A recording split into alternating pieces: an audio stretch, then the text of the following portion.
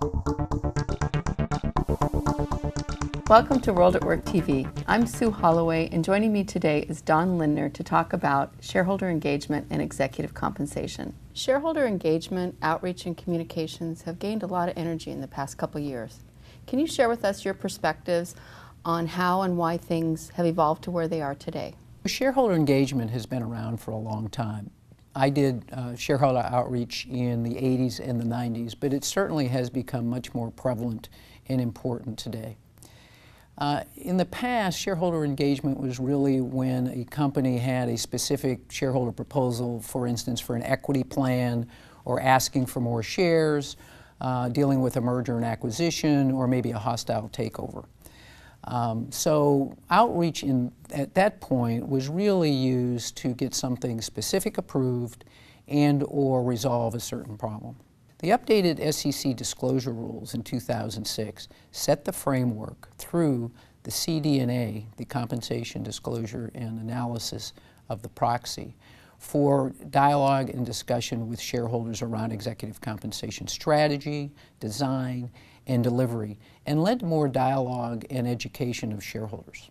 Say on Pay, both as a voluntary exercise and as mandated today, has led many more companies to participate in a much more robust shareholder engagement to ensure that they get a fair vote on their Say on Pay and their executive compensation plans. I think the CEO pay ratio disclosure is going to lead to even more dialogue with shareholders, because the calculation and the resulting ratio is very confusing and complex, both in the math as well as the usefulness of the ratio.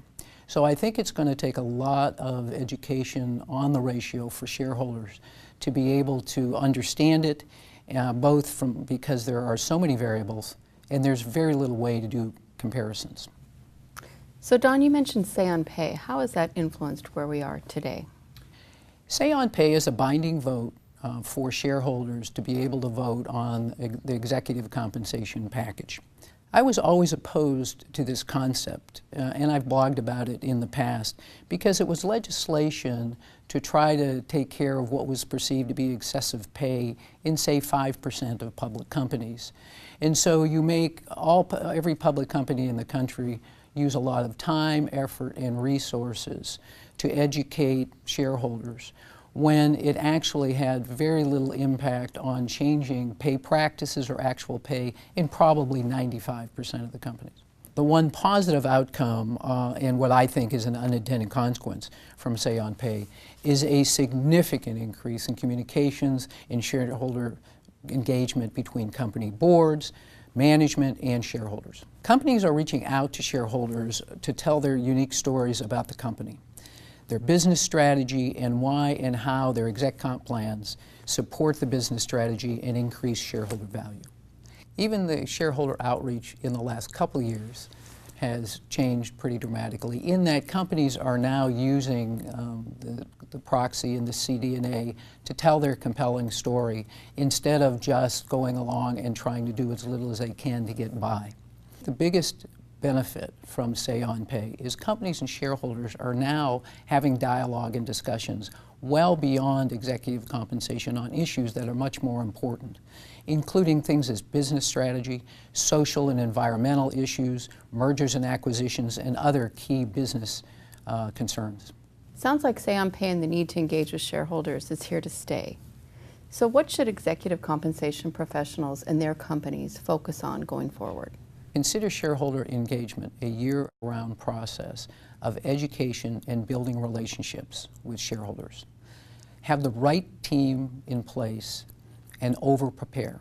You should have the head of human resources, the head of executive compensation, legal, investor relations, and sometimes the compensation committee chair, which is becoming more prevalent, but don't include the CEO.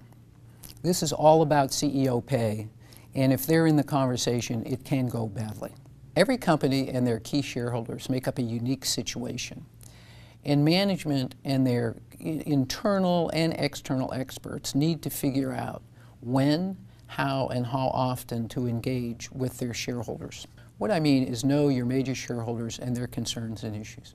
Some shareholders will have a lot of issues and concerns, and some will have none at all around executive compensation.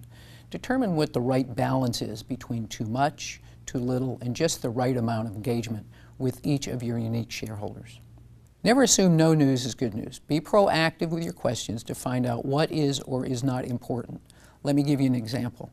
I've been talking to a number of my colleagues and senior practitioners who have been doing shareholder engagement the last 6 months, and one of the issues comes up is CEO pay ratio. So they ask whether that's important or not. And it's surprising how many shareholders are really not concerned about or are going to pay attention to the CEO pay ratio.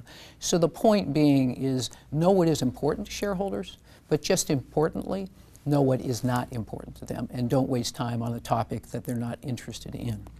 Engage and communicate on an ongoing basis, not just when you have a problem or you've had a bad say-on-pay vote. Share your exec comp philosophy and strategy as part of the business conversations and tie them to company performance. Finally, use the CD&A to tell your compelling story and use it as the framework or outline for discussions with your shareholders. The more shareholders know and understand about what and why you do what you do, the easier it is going to be to deal with a sticky issue if and when it arises.